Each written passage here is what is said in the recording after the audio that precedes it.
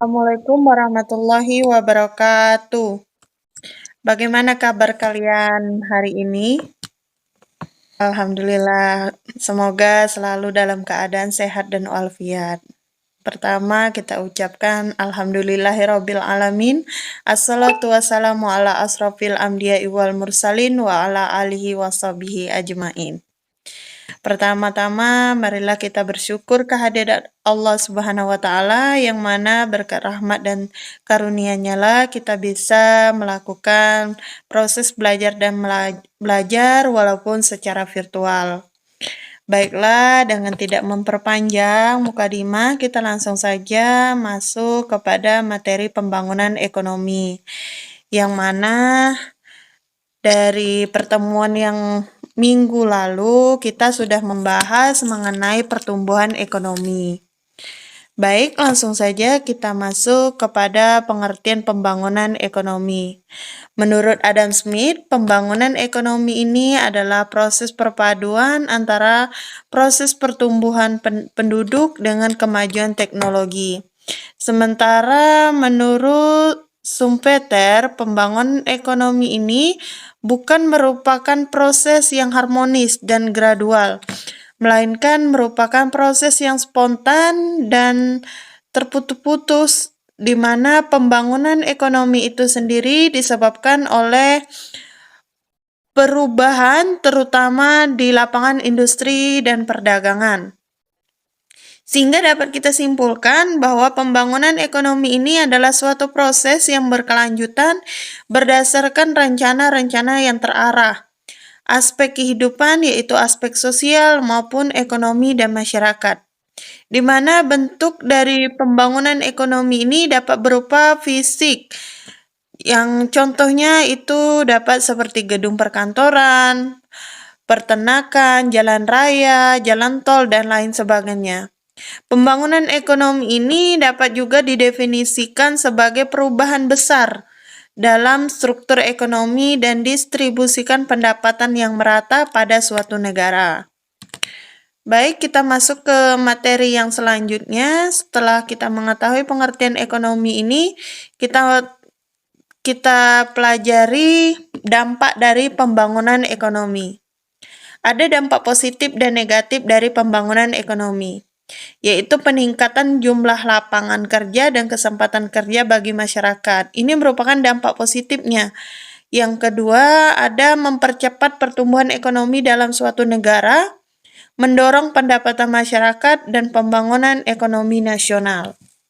Yang kedua, ada dampak negatif. Dampak negatif dari pembangunan ekonomi ini adalah berkurangnya lahan pertanian dan lahan terbuka hijau karena tergeser oleh proses perkembangan industri. Yang kedua, ada terjadinya pencemaran tersebut yang akan mengganggu kehidupan makhluk hidup di sekitarnya, terutama manusia. Dan yang terakhir dari dampak negatif ini adalah menyebabkan terjadinya monopoli kekuasaan. Kemudian ada faktor yang mempengaruhi pembangunan ekonomi. Ada faktor sumber daya alam, faktor sumber daya manusia, dan akumulasi modal. Yang keempat ada tenaga manajerial dan organisasi produksi. Yang kelima ada teknologi, dan yang keenam ada faktor pendidikan administrasi pemerintah. Pertama, itu sumber daya alam ini merupakan sesuatu yang berasal dari alam yang mencakup kesuburan tanah, letak, dan susunannya. Ada kekayaan alam, mineral, iklim, sumber air, hingga ke sumber lautan. Bagi pertumbuhan ekonomi, ketersediaan sumber daya alam yang melimpah sangat baik dalam menunjang pembangunan. Yang kedua, ada sumber daya manusia. Sumber daya manusia ini berperan sangat penting dalam pertumbuhan ekonomi.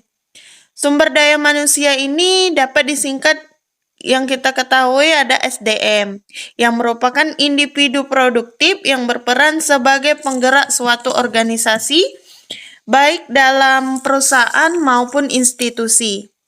Ia berperan sebagai elemen utama organisasi dibandingkan elemen lainnya seperti teknologi maupun modal.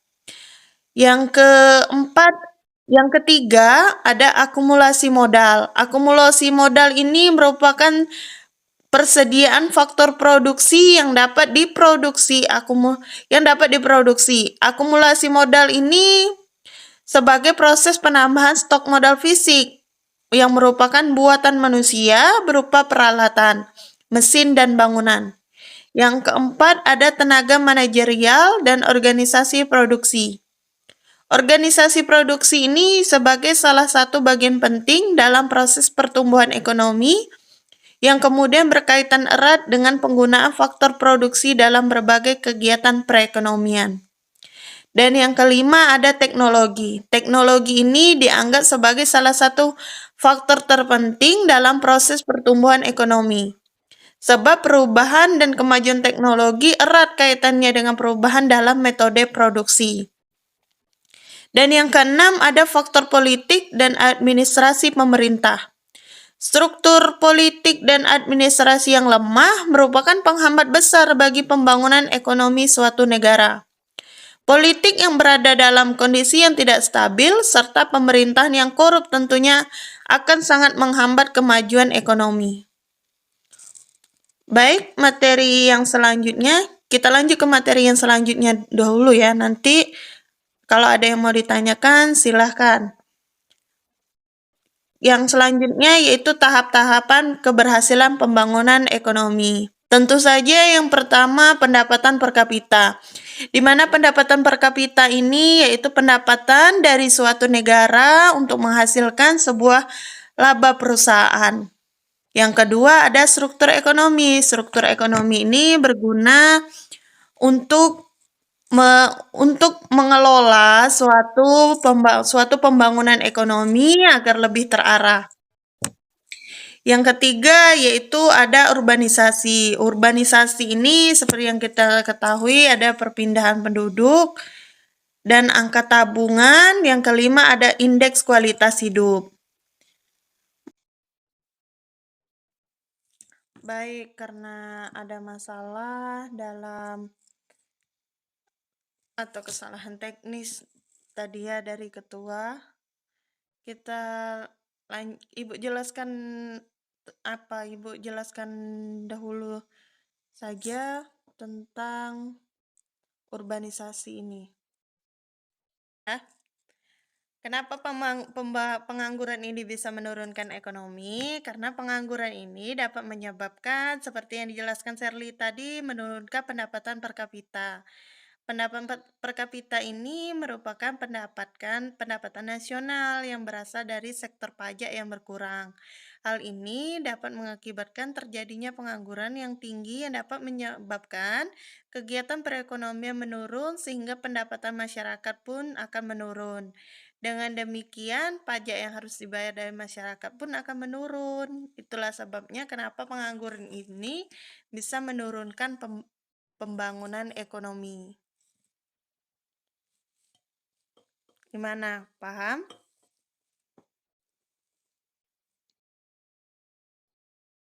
Oke.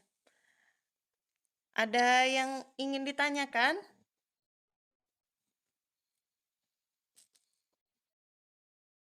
Oke, berarti sudah paham ya?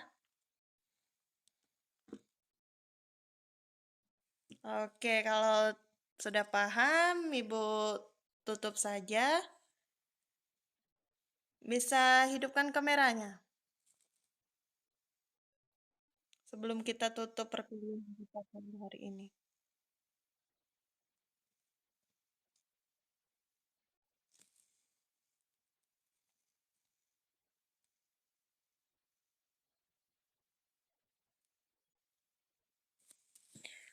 Baik, itu saja yang dapat Ibu sampaikan. Ibu mohon maaf apabila terdapat kesalahan atau penyampaian dari kata-kata Ibu. Ibu akhiri sa Ibu akhiri saja pelajaran kita pada hari ini. Akhir kata, wassalamualaikum warahmatullahi wabarakatuh.